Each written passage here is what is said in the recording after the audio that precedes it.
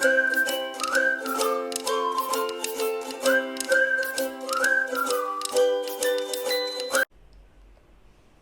13 अक्टूबर 2022 shift 1 में quantitative aptitude से 5 questions पूछे गए थे। आइए देखते हैं ये क्वेश्चंस, उनके डिटेल सॉल्यूशंस भी देखेंगे। कुछ क्वेश्चन काफ़ी ज़्यादा सिंपल और डायरेक्ट थे, बट कुछ क्वेश्चन काफ़ी ज़्यादा हार्ड और ट्रिकी थे। आपको डेली प्रैक्टिस करनी पड़ेगी क्वांटिटेटिव एप्टीट्यूड की, तभी आप ये क्वेश्चन सॉल्व कर सकते हो। चलिए बढ़ते हैं फर्स्ट क्वेश्चन की तरफ। फर्स्ट क्वेश्चन जो क्वांटिटेटिव एप्टीट्यूड से पूछा गया है वो पूछा गया है from simple interest. Question 1, the simple interest on a sum of money is 1/9 of the principal and the number of years is equal to the rate percent per annum is. Option number A 3%, option number B 0.33%, option number C 2.33%, option number D 3.33%। चलिए देखते हैं solution को। सबसे पहली चीज़, according to question, let the principal be P, rate of interest will be R percentage, और जैसे कि दिया गया है time is equals to rate. तो फॉर्मूला क्या है सिंपल इंटरेस्ट का? सिंपल इंटरेस्ट का फॉर्मूला है principal into number of years into rate of interest upon 100। इनको सब्सटीट्यूट करेंगे। सिंपल इंटरेस्ट है 1/9 of principal is equals to PR² upon 100। अब 1/9 is equals to R² upon 100, इसका स्क्वायर रूट निकालेंगे अगर वो दूसरी साइड जाएगा तो।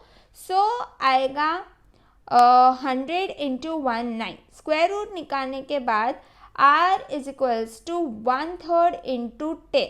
इसका करेक्ट आंसर आएगा, रेट ऑफ इंटरेस्ट होगा 3.33%।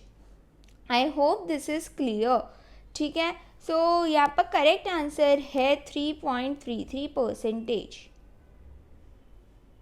जैसा कि क्वेश्चन 1 में पूछा गया था, the simple interest on sum of money is 1/9 of the principal and the number of years is equals to the rate percent per annum is. यहाँ पर करेक्ट आंसर आएगा ऑप्शन नंबर डी 3.33%। आइए देखते हैं question 2। Given below are 2 statement. Statement 1, a man sells his goods at 10% profit. If he sells his good at 15% profit, he gets 160 rupees more. The cost price of his goods is 4,200 rupees. ठीक है। Statement 2, a man spends 80% on his earnings. His earnings increased by 25% and his expenses increased by 20%. The man's savings thus increased by 45%. In light of the above statement, choose the correct answer from the options given below. Option number 1, both statement 1 and statement 2 are true. Option number 2, both statement 1 and statement 2 are false. Option number 3, statement 1 is true but statement 2 is false. Option number 4, statement 1 is false but statement 2 are true. चलिए देखते हैं इसका detail solution. ठीक है, ये statement को पहले हम 1 by 1 सॉल्व करेंगे। पहले स्टेटमेंट 1 सॉल्व करेंगे जहाँ बोला है a man sales his good at 10% profit, और दूसरा जो गुड है उसने 15% प्रॉफिट पर बेचा। जब उसने 15% पे बेचा तो 160 रुपीज़ मोर मिले। ठीक है, तो ये क्वेश्चन मैं सॉल्व करूँगी बाय परसेंटेज मेथड। आप ट्रेडिशनल कन्वेंशनल मेथड भी यूज़ कर सकते हो, बट आई फील कि परसेंटेज मेथड काफ़ी ज़्यादा ईजी है कंपेयर टू कन्वेंशनल मेथड। ठीक है, let the cost price be 100। अब यहाँ पर मैं आपको अच्छे से समझाने के लिए ये टेबल बनाया हुआ है। केस 1 में है जहाँ पर कॉस्ट प्राइस 100 है और तब सेलिंग प्राइस 110 है। केस 2 में है जहाँ पर कॉस्ट प्राइस मैंने 100 जैसे अज्यूम किया है और सेलिंग प्राइस है 115। अब इन दोनों का जो डिफ्रेंसिएशन है जो है 5 रुपीज़ 5%, तो यहाँ पर वो रिप्रेजेंट करता है 160 रुपीज़ को, ठीक है। सो यहाँ पे जो डिफरेंस है वो रिप्रेजेंट करता है 160 रुपीज़ को। सो जब अब 5 रुपीज़ रिप्रेजेंट कर रहा है 160 रुपीज़ को, तो जो 100 है वो कितने को रिप्रेजेंट करेगा। सो इसे क्रॉस मल्टीप्लाई करेंगे तो आएगा 100 into 160 upon 5 is equals to X. So अब कॉस्ट प्राइस निकल के आता है 3200 रुपीज़। और अगर आप क्वेश्चन में देखो तो वो कहता है कि cost price of good is 4200 rupees. तो ये स्टेटमेंट हो जाता है गलत, इनकरेक्ट हो जाता है, क्योंकि कॉस्ट प्राइस होना चाहिए 3200 रुपीज़ और ना कि 4200 रुपीज़। तो स्टेटमेंट 1 हो जाता है फॉल्स। जैसे कि हमने देखा स्टेटमेंट 1 फॉल्स है। अब चेक करते हैं स्टेटमेंट 2। अब ये अगेन परसेंटेज मेथड से आप सॉल्व कर सकते हो, परसेंटेज पर ही क्वेश्चन पूछा गया है। सो यहाँ कहते हैं कि man spends 80% of his earning, और उसके बाद उसकी अर्निंग 25% से बढ़ गई और उसके एक्सपेंसेस भी 20% से बढ़ गए। सो मैन सेविंग टोटल करता है 45%। चलिए देखते हैं कैसे सॉल्व करना है इसे। सो पहले हम अज्यूम करेंगे कि जो भी इनकम है वो 100 है, ठीक है। तो मैंने टैबुलर फॉर्म में आपको समझाने की कोशिश कर रही हूँ ताकि आपके लिए इजी हो जाए। तो इनिशियल इनकम है वो केस 1 में जो हम लोग अज्यूम कर रहे हैं वो इनिशियल इनकम है 100। तब कहता है कि एक्सपेंडिचर उसकी 80% है, तो सेविंग्स हमारी आ जाती है 20, ठीक है। अब केस 2 कहता है कि वो उसकी जो अर्निंग है वो 25% से बढ़ गई। सो 100 का 25% हो जाएगा 125, और कहता है कि उसके एक्सपेंसेस भी बढ़ गए 20% से। सो एक्सपेंडिचर का 20% होगा 96। तो अब हम सेविंग देखेंगे तो सेविंग्स क्या आएगी 125 माइनस 96, तो वो हो जाएगी हमारी savings. So increase in savings क्या होगा, case 2 savings minus case 1 saving, 29 minus 20 जो कि आंसर आता है 9। सो इंक्रीज, अब हम देखते हैं कि टोटल उसकी सेविंग इंक्रीज हुई कितनी है। So increase in saving is 9/20 into 100, तो इसका आंसर आएगा 45%। सो यहाँ पर जैसे कि एग्जाम स्टेटमेंट 2 कहता है कि मैन सेविंग इंक्रीजेस बाय 45%, एकदम करेक्ट है। जैसे कि हम आंसर में देख पा रहे हैं कि 45% करेक्ट है, ठीक है। काफ़ी ज़्यादा इजी था ये। जैसे कि क्वेश्चन 2 को हमने सॉल्व किया, जहां हम देखते हैं कि स्टेटमेंट 1 है वो फॉल्स है, बिकॉज कॉस्ट प्राइस यहाँ पर आना चाहिए 3200 रुपीज़, और स्टेटमेंट 2 100% करेक्ट है, एक्यूरेट है और ट्रू है, क्योंकि मैन की सेविंग है 45% से इंक्रीज हो जाती है। तो जैसा हमने देखा statement 1 is false but statement 2 is true. So यहाँ पर करेक्ट आंसर आएगा option number 4, statement 1 is false but statement 2 is true. आइए देखते हैं question 3।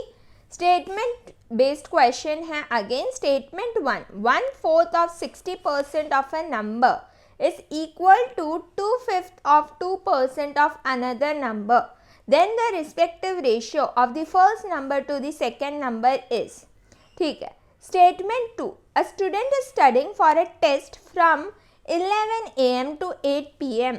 on weekdays and 1/3 of that time on Saturday. On Sunday, he takes a break and goes for a movie. The fractional part of the entire week that the student is studying is 3/7. ठीक है। In light of the above statement, choose the correct answer from the option given below. Option number 1, both statement 1 and statement 2 are true. Option number 2, both statement 1 and statement 2 are false. Option number 3, statement 1 is true but statement 2 is false. Option number 4, statement 1 is false but statement 2 are true. So आइए पहले solve करते हैं. Statement 1 कहता है 1/4 और 60% of number is equals to 2/5 और 20% of another number, और बोलता है रेशियो है 8:15. तो इसे आइडेंटिफाई करिए. तो चलिए पहले इसे सॉल्व करने के लिए अज्यूम कर लेते हैं कि फर्स्ट नंबर x है और सेकेंड नंबर y है. फिर कहता है 1/4 of 60% of x is equals to 2/5 of 20% of y. फिर इसे सॉल्व करते हैं बाय न्यूमेरिकल वे से. सो आप कुछ इस तरीके से देखोगे कि फाइनल जो आएगा वो आएगा 3/20x is equals to 2/25y. So x और y को एक साथ लेंगे तो equals to 2/25 into 2/3. So x upon y ratio निकल के आएगा 8:15. सो ये करेक्ट है. ठीक है, ये स्टेटमेंट करेक्ट है. ऑलरेडी स्टेटमेंट 1 देख चुके ट्रू है. स्टेटमेंट 2 चेक कर लेते हैं. A student is studying for a test from 11 AM to 8 PM on weekdays and 1/3 of that time on Saturday. On Sunday he takes a break and goes for a movie. The fractional part of the entire week that the student is studying is 3/7. So पहले हम according to question देख लेते हैं. जो भी detail information दी है उसको calculate कर लेते हैं. तो कहता है कि वीक डेज पे स्टूडेंट पढ़ता है 9 आवर्स और सैटरडे को वो पढ़ता है 3 आवर्स, संडे को 0 आवर्स. सो 1 वीक में टोटल उसका स्टडी टाइम है वीकडेज प्लस वीकेंड्स. सो वीकडेज क्या है? मंडे टू फ्राइडे वीकडेज है, वीकेंड सैटरडे टू संडे है. मंडे टू फ्राइडे हो जाते हैं 5 डेज और टोटल हो जाते हैं 9 आवर्स. सैटरडे संडे को तो वो कुछ भी नहीं पढ़ रहा है, सैटरडे को वो 3 आवर्स पढ़ रहा है. तो टोटल कैलकुलेट करते हैं तो 48 आवर्स निकलता है. उसके बाद हम देखते हैं कि total number of hours in week कितने होते हैं. सो एक वीक में होते हैं 7 डेज और 24 आवर्स होते हैं एक दिन में. सो टोटल आता है 168. सो अब हम कैलकुलेट करते हैं इसका रेशियो. सो 48 आवर्स अपॉन 168 आवर्स निकल के आता है 2/7. ठीक है, अगर आप क्वेश्चन ध्यान से देखो बोलता है 3/7 पर आंसर क्या है 2/7. ठीक है, सो यहाँ पर स्टेटमेंट हो जाता है फॉल्स क्योंकि करेक्ट आंसर है 2/7 पर स्टेटमेंट कहता है 3/7. सो ये है स्टेटमेंट फॉल्स. सो जैसे कि हमने देखा कि स्टेटमेंट 1 है वो ट्रू है पर स्टेटमेंट 2 है वो फॉल्स है. सो यहाँ पर करेक्ट आंसर आएगा option number 3. Statement 1 is true but statement 2 is false. Again बोल रही हूँ, यहाँ पर करेक्ट आंसर है option number 3. Statement 1 is true but statement 2 is false.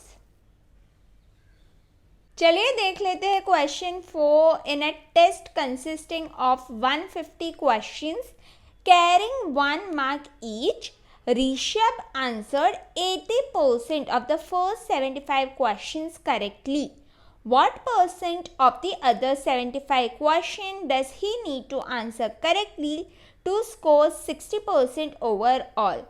Option number 1 20, option number 2 60, option number 3 50, option number 4 40%. चलिए solve करते हैं क्वेश्चन को. कुछ ज़्यादा ट्रिकी है नहीं, सिर्फ दिखने में थोड़ा सा बड़ा लग रहा है पर बहुत ज़्यादा इजी है. चलिए सॉल्व करते हैं. आइए सॉल्व करते हैं ये फोर्थ क्वेश्चन. फोर्थ क्वेश्चन का जो फर्स्ट स्टेप है पहले हम वो देख लेते हैं. बोलता है कि 60% चाहिए overall. So total correct answer 150 में से कितना होने चाहिए? 60% करेक्ट होने चाहिए. तो 60% ऑफ 150 क्या होगा? 90 क्वेश्चंस करेक्ट होने चाहिए. ठीक है, अब ये फेस जो है 2 फेस में डिवाइड है. फर्स्ट फेस में कहता है कि Rishabh answer 80% of the first 75 questions. तो क्या होगा 80/100 इंटू 75, 60 क्वेश्चन ऑलरेडी राइट हो चुके हैं, ठीक है, 60 क्वेश्चन राइट हो चुके हैं। तो अब रिमेनिंग करेक्ट क्वेश्चन कितने होने चाहिए सेकेंड फेज में, तो 90 - 60 जो कि 30, मतलब सेकेंड फेज में 30 क्वेश्चन करेक्ट होने चाहिए। सर परसेंटेज पूछा है तो रिक्वायर्ड परसेंटेज 30 क्वेश्चंस राइट होने चाहिए सेकेंड फेज में, जो कि है 75, ठीक है, 75 क्वेश्चंस और अटेंड करने बाकी है, तो 30/75 इंटू 100, तो इसका करेक्ट आंसर निकल के आता है 40%। तो जैसे कि क्वेश्चन 4 पूछ रहा है कि what percent of the other 75 question does he need to answer correctly to secure 60% overall, तो उसे सेकेंड फेज में 40% लाने पड़ेंगे तभी वो 60% ओवरऑल सिक्योर कर पाएगा। तो यहाँ पर करेक्ट आंसर है ऑप्शन नंबर 4, 40%। आइए देखते हैं लास्ट क्वेश्चन या question 5। A man who can swim 48 meter per minute in a still water swims 200 meter against the current and 200 meters with the current. If the difference between these two times is 10 minutes, then what is the speed of the current? ठीक है जी, option देख लेते हैं। Option A कहता है 30 metre per minute, option B कहता है 31 metre per minute, सी कहता है 42 मीटर पर मिनट, डी कहता है 32 मीटर पर मिनट। चलिए क्वेश्चन थोड़ा सा ट्रिकी है, ध्यान से सॉल्व करेंगे। ये कॉन्सेप्ट को सॉल्व करने के लिए आपको बेसिक नॉलेज होना चाहिए about time and distance, boats and streams. चलिए सॉल्व करते हैं अब ये क्वेश्चन। चलिए क्वेश्चन सॉल्व करते हैं। पहला जो पॉइंट है वो याद रखना कि स्ट्रीम हो या स्टिल वाटर, रिवर, करंट, सबका मतलब एक होता है, ठीक है। Stream, still water, river, current, ये सारे सिनोनिमस है जब आप सॉल्व कर रहे हो क्वेश्चन बोट्स एंड स्ट्रीम, ठीक है जी। अब जैसे कि हम मान लेते हैं कि स्पीड ऑफ करंट है वो x मीटर पर मिनट है। अब जैसे कि क्वेश्चन में हमको बताया गया है down stream speed, down stream speed का फॉर्मूला क्या है, boat speed plus stream speed, ठीक है। सो डाउन स्ट्रीम का मतलब होता है अलोंग द स्ट्रीम, ठीक है। सो डाउन स्ट्रीम 200 दिया है, बोट स्पीड दिया गया है 48 और स्ट्रीम स्पीड दिया गया है x। अब ये जान लो ये डाउन स्ट्रीम का फॉर्मूला है, ठीक है, boat speed plus stream speed, ये फॉर्मूला है। अब आता है अपस्ट्रीम स्पीड। अपस्ट्रीम स्पीड का फॉर्मूला क्या है, upstream speed is equals to boat speed minus stream speed. So इसका फॉर्मूला आएगा, तो इसको हम सब्सटीट्यूट करेंगे वैल्यूज़ को, तो 200 is equals to 48 minus x. अब हम ये इक्वेशन को सॉल्व करेंगे, ठीक है। तो आएगा 200/48 minus x minus is equals to 200 divide by 48 plus x is equals to 10। तो ये इक्वेशन सॉल्व करने के बाद x की वैल्यू निकल के आती है 30। सो हम कह सकते हैं यहाँ पर करेक्ट आंसर जो है speed of current is 32 meter per minute, ठीक है। आई एम सो सॉरी, मैंने जस्ट रियलाइज़ किया कि मैंने 32 मीटर पर मिनट के बदले 30 मीटर पर मिनट बोल दिया है। So correct answer speed of current is 32 meter per minute. यहाँ पर करेक्ट आंसर आएगा ऑप्शन नंबर डी, ठीक है। प्लीज़ इसको नोट कर लीजिए, मैंने एक पॉइंट पे 30 बोला है, 30 नहीं 32, ठीक है, 32। चलिए तो आज के वीडियो के लिए बस इतना ही। उम्मीद करती हूँ ये 5 क्वेश्चंस आपको समझ में आए होंगे। समझ आए हैं तो प्लीज़ लाइक शेयर और सब्सक्राइब कर दीजिए। ऐसे ही प्रीवियस ईयर के क्वेश्चंस मैं लाती रहूँगी ताकि आप यूजीसी नेट एग्ज़ाम के लिए बहुत अच्छे से प्रिपेयर हो पाएंगे।